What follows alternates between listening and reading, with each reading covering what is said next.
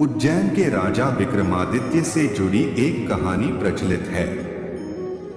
कहानी के मुताबिक एक दिन राजा के दरबार में एक संत पहुंचे। विक्रमादित्य साधु संतों का बहुत सम्मान करते थे।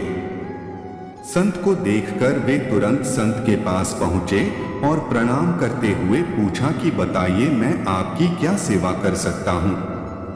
संत ने कहा कि मुझे खाना चाहिए, लेकिन खाना आपके हक का ही होना चाहिए। ये शब्द सुनकर विक्रमादित्य हैरान रह गए। उन्होंने पहली बार सुना था हक का भोजन। राजा ने संत से पूछा कि कृपया बताइए कि ये हक का भोजन किसे कहते हैं। संत ने राजा से कहा कि आपके राज्य के अंत में एक बूढ़ा व्यक्ति रहता है। इस बात का जवाब आपको उस बूढ़े व्यक्ति से मिल जाएगा। संत की बात सुनकर राजा तुरंत ही उस बूढ़े व्यक्ति के पास पहुंच गए। वह बूढ़ा व्यक्ति एक जुलाहा था। राजा ने उससे पूछा कि कृपया आप मुझे बताएं कि ये हक का भोजन क्या होता है। जुलाहे ने कहा कि आज मेरे पास जो खाना है उसमें आधा मेरे हक का है और आधा दूसरों के हक है।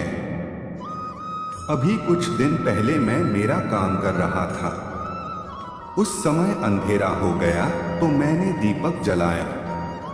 उसी समय कुछ लोग मशाले लेकर यहाँ से गुजर रहे थे तो मैंने मेरा दीपक बुझा दिया और उनकी मशालों की रोशनी में अपना बाकी का काम कर लिया।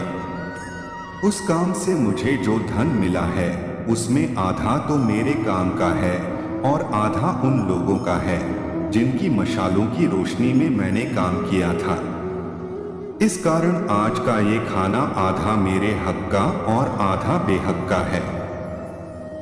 बूढ़े जुलाहे की बातें सुनकर राजा को समझ आ गया कि संत उससे खुद की मेहनत का खाना मांग रहे हैं। इसके बाद राजा ने खुद की मेहनत से कमाए धन से उस संत को भोजन कराया।